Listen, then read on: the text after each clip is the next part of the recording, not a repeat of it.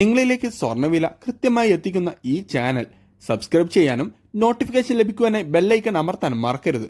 അതുകൂടാതെ നിങ്ങളുടെ ഓരോ ലൈക്കും വിലപ്പെട്ടതാണ്. ലൈക്ക് ചെയ്യാൻ മറക്കരുത് കേട്ടോ. സ്വർണ്ണവിപണിയിൽ നേരിയ കുറവ് ഇന്നലെയൊക്കെ നേരിട്ടിട്ടുണ്ടെങ്കിലും വില കുറഞ്ഞ് 50,000-ലേക്കൊന്നും ഇനി സ്വർണ്ണവില എത്താൻ ഒരു സാധ്യതയും കാണുന്നില്ല. അന്താരാഷ്ട്ര സംഘർഷങ്ങളിലും താരിഫ് തർക്കങ്ങളിലും അയവ് വന്നിട്ടില്ല. ഇപ്പോഴത്തെ സാഹചര്യത്തിൽ സ്വർണ്ണവില കുറയാനുള്ള യാതൊരു കാരണവും കാണുന്നുമില്ല. $3,300 കടന്ന് മുന്നോട്ട് നീങ്ങിയാൽ $3,500 വരെ എത്തുമെന്ന് സൂചനകൾ വരുന്നു. അന്താരാഷ്ട്ര സ്വർണ്ണവില വർദ്ധിക്കുന്നതനുസരിച്ച് കേരളത്തിലും സ്വർണ്ണവിലയിൽ വിലമാറ്റമുണ്ടാവും.